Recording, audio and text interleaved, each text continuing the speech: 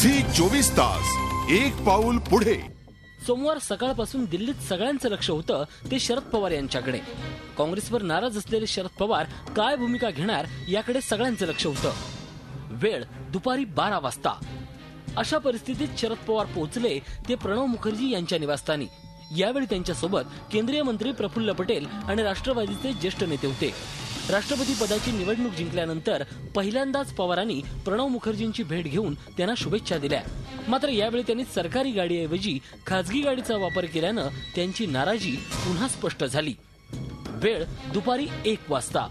पंतप्रधानांनी राष्ट्रपतींच्या सन्मानार्थ आयोजित केलेल्या भोजन समारंभाला शरद पवार आणि प्रफुल्ल पटेल अनुपस्थितीत राहणार हे स्पष्ट झालं।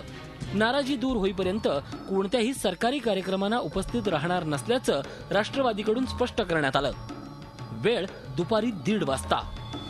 राष्ट्रवादीच्या केंद्रीय राज्यमंत्री आणि पीएस संगमा यांच्या कन्या अगाथा संगमा यांनी शरद पवार यांची भेट घेतली। यावेळी त्यांनी राजीनामा देऊ केला अशा आशयाची चर्चा होती। मात्र पवारांनी त्यांना सबुरीचा सल्ला दिला। वेळ दुपारी 2 वाजता। राष्ट्रवादी काँग्रेस केंद्र सरकारमधून बाहेर पडण्याच्या तयारीत असून युपीए सरकारला बाहेरून पाठिंबा देण्याचा विचार बैठकीत होऊ शकतो अशी चर्चा सुरू झाली आणि दिल्लीत राजकीय तर्कवितर्कांना उधाण आलं। राज्यातील सरकारवरही याचा परिणाम होणार का याची चर्चा सुरू झाली। वेळ दुपारी 2:30 वाजता। पवारांची नाराजी दूर करण्यासाठी पंतप्रधानांनी पवारांना फोन केल्याची माहिती समोर आली। यात प्रत्यक्ष भेटीत बोलून नाराजी दूर करू असं पंतप्रधानांनी पवारांना समजावलं। तसंच रात्रीच्या भोजनाचं निमंत्रणही पवारांना दिलं। मात्र पवार आपल्या भूमिकेवर ठाम होते। वेळ दुपारी 3 वाजता। शरद पवार यांच्या निवासस्थानी राष्ट्रवादीच्या नेत्यांची महत्वाची बैठक सुरू झाली। या बैठकीत कोणताही निर्णय झाला नाही। अंतिम निर्णयापूर्वी राज्यातील नेत्यांशी चर्चा आवश्यक असल्याचं सांगत 1-2 दिवसात अंतिम निर्णय घेणार असल्याचं प्रफुल्ल पटेल यांनी पत्रकार परिषदेत स्पष्ट केलं। तसंच युपीएतून बाहेर पडणार नसल्याचंही त्यांनी सांगितलं खरं, पण सरकारमध्ये राहणार की नाही याचं उत्तर मात्र त्यांनी टाळलं। काँग्रेसमधील काही नेते जाणीवपूर्वक अपप्रचार करत असल्याचा आरोप करत नाराजी कायम असल्याचंही पटेल यांनी स्पष्ट केलं।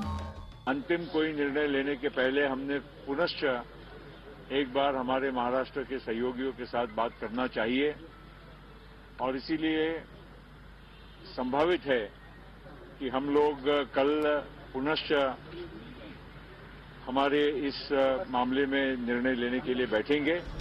दुपारी 4 वाजता राष्ट्रवादीच्या बैठकीनंतर काँग्रेसनेही पत्रकार परिषद घेतली आणि राष्ट्रवादी हा युपीएचाच घटक पक्ष असल्याचं सांगत नाराजी दूर होईल असा सूर लावला। और आमतौर से वे बातचीत से आपसी समझ के आधार पर सुलझ भी जाती है और let us hope for the best. एकूणच पवारांच्या या दबाव तंत्रातच सोमवारचा दिवस पार पडला आणि मंगळवारी होणाऱ्या बैठकीकडे पुन्हा सगळ्यांचं लक्ष लागलं।